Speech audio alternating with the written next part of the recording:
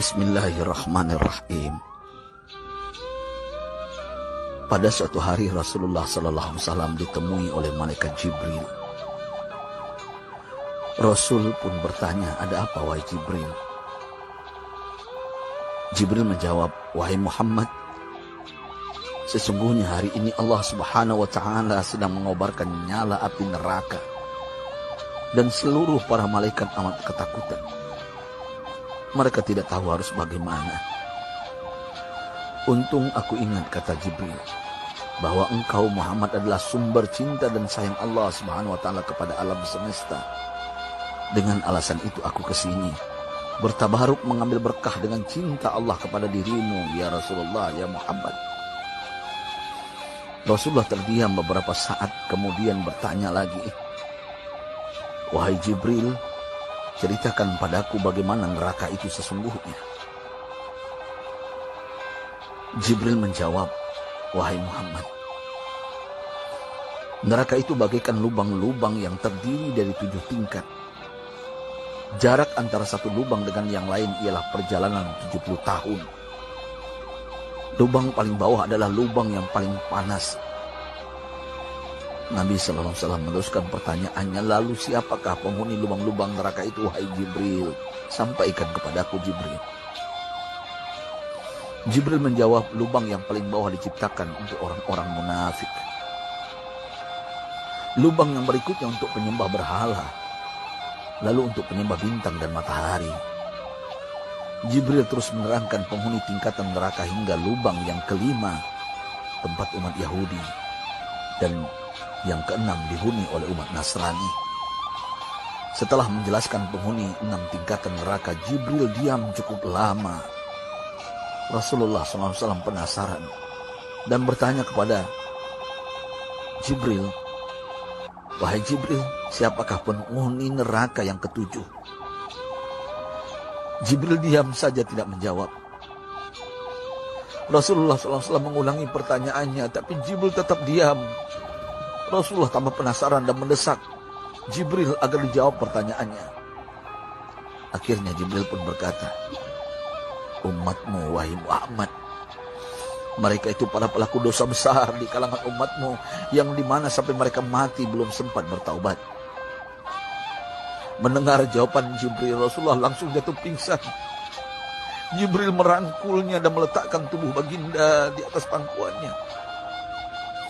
Tak berapa lama Rasulullah SAW sadar dan langsung menangis bersimbah air mata dengan terisak-isak.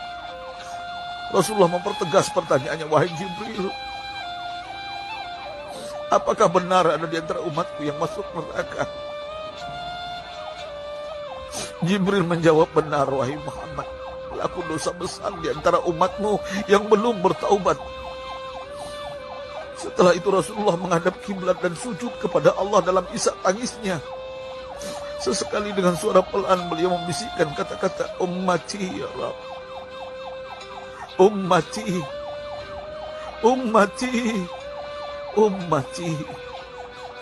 Beliau SAW tidak mengangkat kepalanya dalam keadaan seperti itu selama 3 hari 3 malam, kecuali setiap Bilal bin Rabah mengumandangkan azan, barulah beliau bangkit untuk menjadi imam, dan setelah itu kembali sujud lagi. Pada hari ketiga Abu Bakar menyadari hal ini, beliau mengetuk pintu Rasulullah dan mengucapkan salam 3 kali, namun tidak terdengar jawaban. Abu Bakar sedih dan berseru di hadapan pintu Nabi besar Muhammad SAW, "Apakah ada jalan untuk masuk ke rumahmu ya Rasulullah?" Tetap tidak ada jawaban. Di jalan Abu Bakar bertemu sahabat Umar. "Mengapa engkau menangis, wahai Abu Bakar?" kata Umar. Abu Bakar menceritakan keadaan Rasulullah SAW. Maka Umar pun melangkah menuju rumah Rasulullah dan terjadilah hal yang sama. Umar pun pulang dan menangis. Di jalan Umar bertemu sahabat Salman Al-Farisi. Dengan terisak Umar bercerita kepada Salman hingga membuat dia amat sedih, namun tidak berani mengulangi hal yang sama. Salman melangkah menuju rumah Fatimah radhiyallahu anha dan menceritakan hal itu. Setengah berlari Fatimah menuju rumah ayah tercinta dan mengetuk pintu sambil mengucapkan salam. Mendengar suara lembut putri tercinta, sejuklah dada Rasulullah. Beliau bangkit dari sujud dan membuka pintu. Alangkah terkejutnya Fatimah melihat Rasulullah, ayah tercinta, amat kurus dan pucat. Fatimah memeluknya lalu menangis. Wahai ayah, apa yang terjadi? Mengapa engkau amat sedih seperti ini?